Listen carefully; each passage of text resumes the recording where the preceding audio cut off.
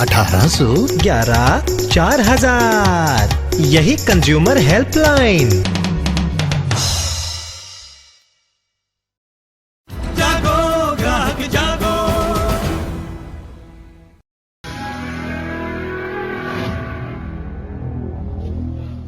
तो बेचारा मरीज है, क्योंकि उसको अब ये नहीं पता वो कहां जाए, किस अस्पताल में जाए, क्या उसका कैशलेस बीमा उसे मिल सकेगा या नहीं, आगे अब किस तरह वो अपना प्रीमियम देगा। इन तमाम सवालों को हम आगे भी उठा रहे हैं। हमारे साथ लगातार एनडीटीवी इंडिया पर एक्सपर्ट्स बने हुए हैं और अगले आधे घंटे हमारे साथ रहेंगे डॉक्टर संजीव बगई जो सीईओ हैं बत्रा अस्पताल के, साथ ही श्रीराम खन्ना भी हमारे साथ था, इस समय जुड़ गए हैं। तो हम चाहते हैं कि आप दर्शक भी हमें कॉल करें हमारे एक्सपर्ट से। अब तमाम जो आपके मन में एप्रीहेंशंस हैं, जो डर हैं, जो सवाल हैं, उन्हें हमारे साथ पूछे। हमारा नंबर लगातार हम आपको टेलीविजन स्क्रीन पर दिखा रहे हैं, वो है 01129243251।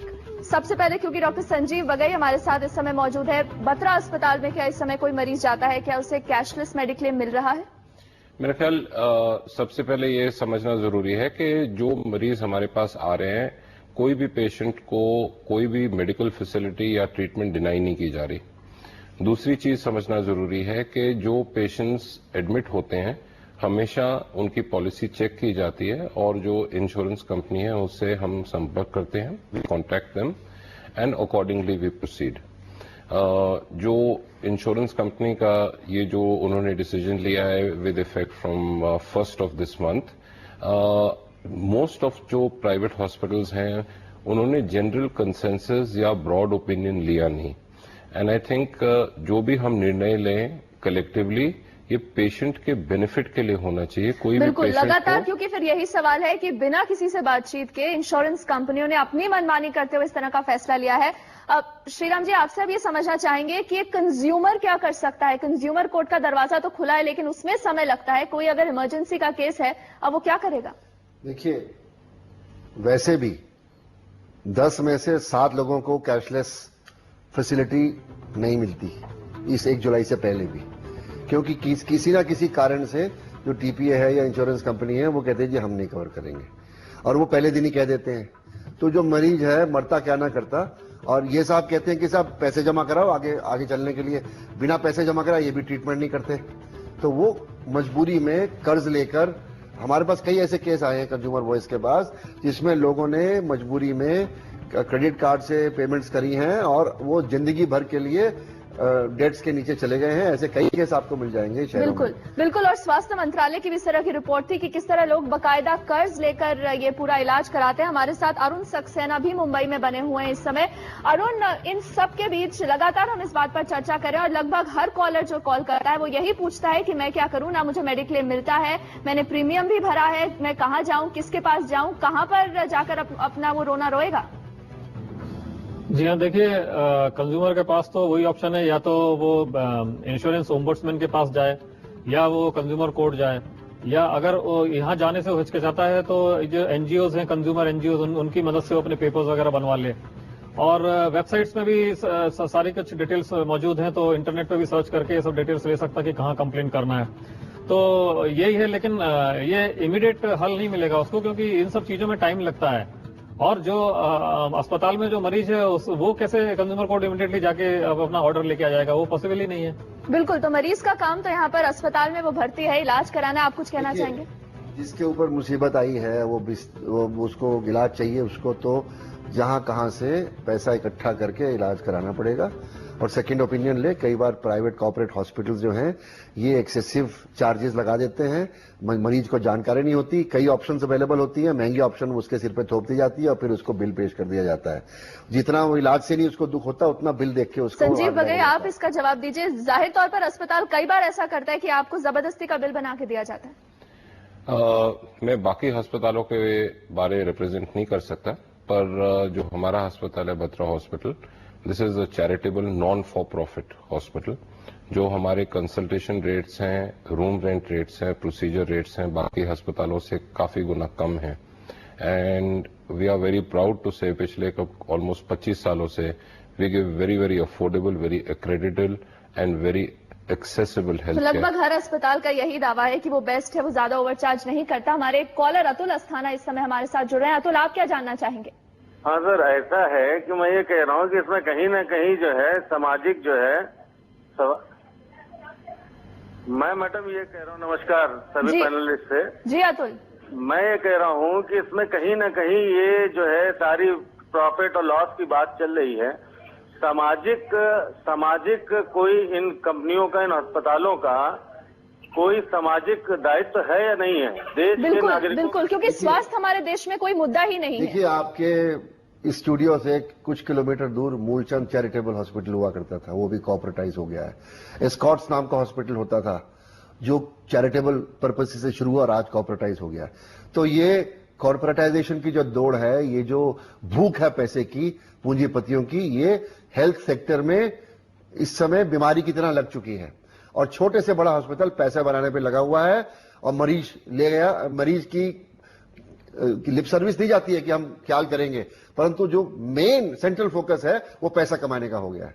मैं मानता हूं, डॉक्टर बगाई ने कहा ऐसे कुछ हॉस्पिटल्स हैं, उनका हॉस्पिटल भी एक ऐसा हो सकता है जो सेवा में लगे हुए हैं और चैरिटेबल ऑब्जेक्टिव के साथ सर्विस मिशन को लेकर चले हैं, परंतु ऐसे एक हो और जो लक्ष्मी की सेवा में कार्यरत है हॉस्पिटल वो अनेक हैं। मैं इसमें एक चीज ऐड करना चाहूंगा कि जैसे हमारे अस्पताल में एक तो जो प्राइवेट वार्ड्स हैं as compare to most other corporate hospitals, it is much lower cost पे। दूसरी चीज, जो हमारा फ्री वार्ड है और जो हमारी फ्री ओपीडी है, ये ऑथेंटिकली पिछले 25 साल से हम रन कर रहे हैं एंड हम करोड़ों रुपए साल में स्पेंड करते हैं बिल्कुल फ्री इलाज। डॉक्टर बगाई, हर कोई जानता है आमतौर पर बड़े बड़े अस्पतालों को सस्ते रेट पर जमीन तो मिल जाती है, लेकिन जब यही मुद्दा कोर्ट में उठा था कि कितने अस्पताल गरीबों का मुफ्त इलाज करते हैं, तो वहां पर कुछ नहीं निकला था। हमारे साथ अरुण सक्सेना मुंबई से जुड़े हैं। अरुण, आप इस मुद्दे पर और कुछ कहना चाहेंगे? जी हाँ, देखिए, अगर आप हॉस्पिटल्स की लिस्ट देखिए तो जितने बड़े बड़े अस्पताल हैं वो सब चैरिटेबल इंस्टीट्यूट जैसे लिस्टेड हैं और चैरिटी कुछ नहीं कर रहे हैं। वो चैरिटेबल इंस्टीट्यूट इसलिए बनते हैं ताकि वो महंगी इंपोर्टेड मशीन्स इंपोर्ट कर लें और उन्हें टैक्स नहीं देना पड़े, ड्यूटीज नहीं देना पड़े, और जहां सेवा का मौका आता है तो वहां बहुत हाई चार्जेस लगाते हैं। आप देखिए, आईसीयू में अगर कोई डॉक्टर विजिट करना आता है वो सिर्फ एक पैड देखता है और बस उसका 4,000-5,000 रुपए फीस हो जाती है। आप बताइए, ये क्या जायज है कि सिर्फ वो पैड देख के देखता है और पेशेंट को टच करता है और उसका 4,000-5,000 रुपए उसका विजिटिंग फीस हो जाती है? तो ये कहां तक जायज है? बिल्कुल। नरेंद्र जैन आगे इस बारे में चर्चा करेंगे। एक कॉलर ले लेते हैं। नरेंद्र जैन इंदौर से हमारे साथ है। नरेंद्र, आप पूछ सकते हैं अपना सवाल। हाँ नमस्कार सर। जी नरेंद्र। हेलो। हाँ जी नरेंद्र, हम सुन सकते हैं, सवाल पूछ सकते हैं अपना। हाँ, मेरा सवाल ये था मैडम कि मेरी कैशलेस पॉलिसी थी 1 लाख रुपए की। हेलो। जी नरेंद्र। हाँ, 1 लाख रुपए की कैशलेस पॉलिसी। लास्ट ईयर में मेरी मिसेस को डेंगू हुआ था। हेलो। जी नरेंद्र, आप सवाल पूछ सकते हैं, हम लगातार सुन रहे हैं आपको। हाँ, तो वो डेंगू हुआ था तो उसमें 18,000 रुपए का बिल बना था। तो ये न्यू इंडिया इंश्योरेंस कंपनी से मेरी पॉलिसी थी जी।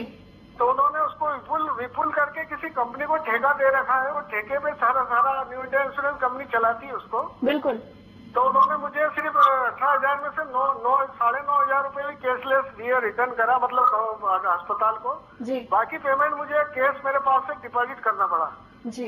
और उन्होंने रूम रेंट 400 रुपया रूम रेंट का चार्ज, उन्होंने बोला कि आपको 400 रुपए से ज्यादा रूम रेंट नहीं दिया जाएगा, जबकि 400 रुपए में तो इंडिया में कहीं पे भी रूम अवेलेबल ही नहीं है जी। तो श्रीराम जी, लगातार इस तरह के परेशानियां क्योंकि इंश्योरेंस कंपनीज ने ये काम टीपीएस को दे रखा है, थर्ड पार्टी असेसर्स को, जो कि बिल्स की असेसमेंट करके उनकी पेमेंट करते हैं। परंतु इनको मेरी ये सलाह है कि ये अपने बिल्स के समेत इंश्योरेंस लोकपाल, इंश्योरेंस ओम्बुड्समैन में शिकायत करें और कंज्यूमर कोर्ट जाने की जरूरत नहीं। और खासकर अगर ये यूपी से हैं तो भूल के भी कंज्यूमर कोर्ट में ना जाएं। मैं हाथ जोड़ के विनती करता हूं, क्योंकि लखनऊ के कंज्यूमर कोर्ट में जो अपील्स हैं वो इतनी पड़ी हुई हैं कि आप मर जाएंगे और अपील का फैसला नहीं होगा।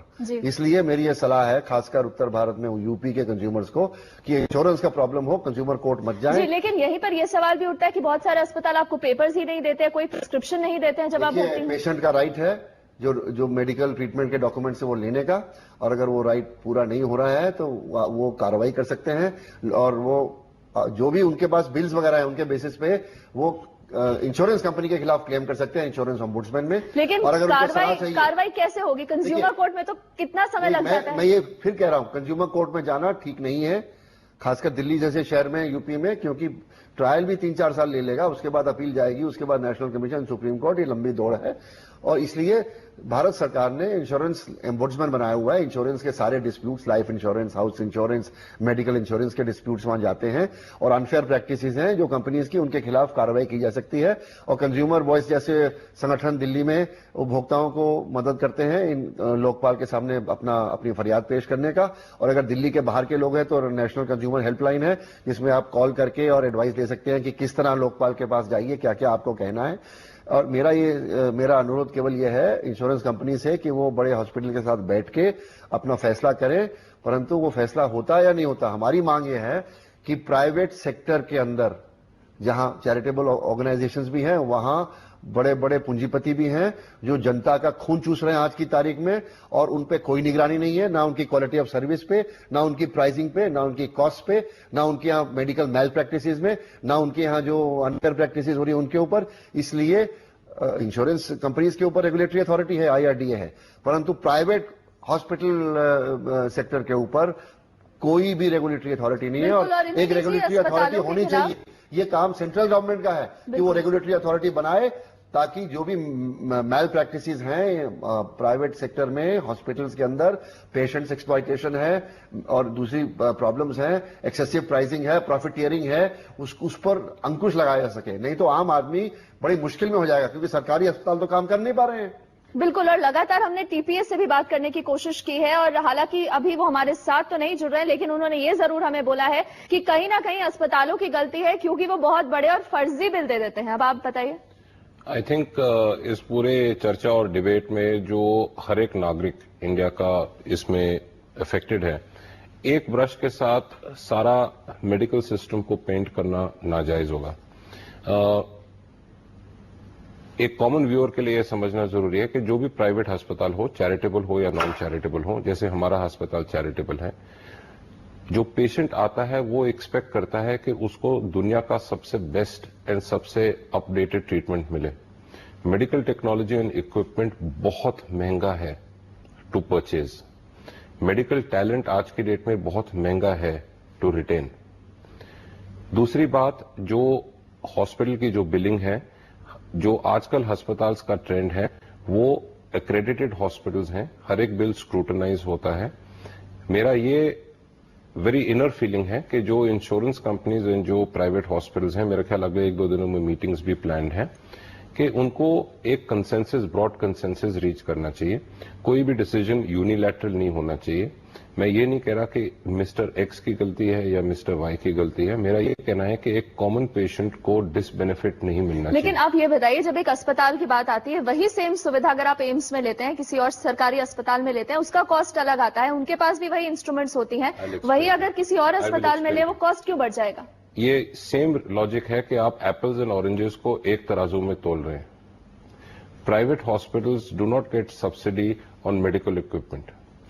पर आपको वही किफायती दरों पे जमीन मिलती है। एक मिनट, जो मेडिकल इक्विपमेंट है, जो मेंटेनेंस है, जो अपकीप ऑफ द बिल्डिंग है, जो मेडिकल टैलेंट है, जो ऑपरेशन थिएटर के खर्चे हैं, that can not be equated with the government hospital.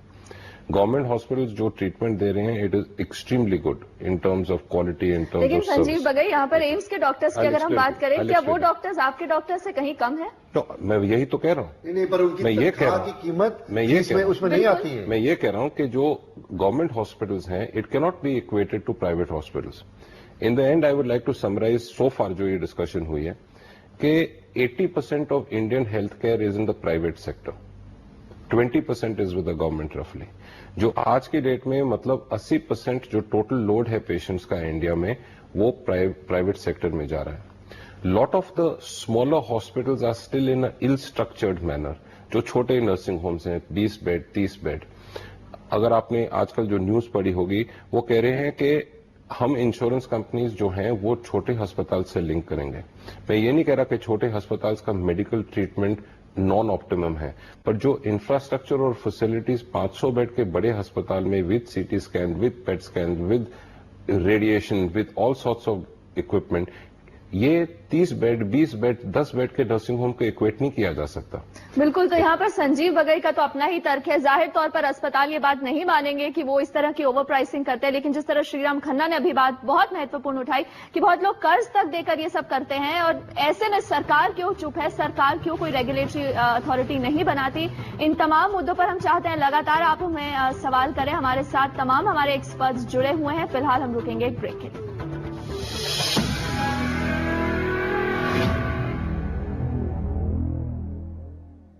जी हाँ, तो लगातार एनडीटीवी इंडिया पर हम आप ही से जुड़ा मुद्दा उठा रहे हैं कि अब आम मरीज क्या करे, क्योंकि यहाँ पर अस्पतालों को चिंता है अपने मुनाफे की, और वहीं पर इंश्योरेंस कंपनियां परेशान है अपने घाटे को लेकर, और इसलिए बहुत सारे अस्पतालों से दिल्ली और मुंबई में कैशलेस मेडिक्लेम की सुविधा हटा ली गई है। और ब्रेक में हम लगातार चर्चा कर रहे थे कि किस तरह अगर आप किसी अस्पताल में जाते हैं, क्यों ना आपको पहले से पता हो कि वहां पर आपको किस इलाज के लिए, किस रूम के लिए कितना पैसा देना पड़ेगा। अब संजीव बगई बत्रा अस्पताल के सीईओ हमारे साथ है। क्यों अस्पताल इस तरह की एक रेट लिस्ट पब्लिश नहीं करते, क्यों उसको पब्लिक नहीं किया जाता? It's a fantastic point. पिछले कई सालों से हमने एक सेपरेट एडमिशन डेस्क खोला है, और एडमिशन डेस्क के साथ एक एस्टिमेट डेस्क खोला है। तो जो भी एडमिशन हो, हमारे अस्पताल में कम से कम बिटवीन 60 एंड 80 एडमिशंस हर दिन होते हैं, every day, 365 days a year. हम पेशेंट्स को नियर एक्यूरेट बताते हैं to the last decimal point कि आपका क्या बजट होने वाला है।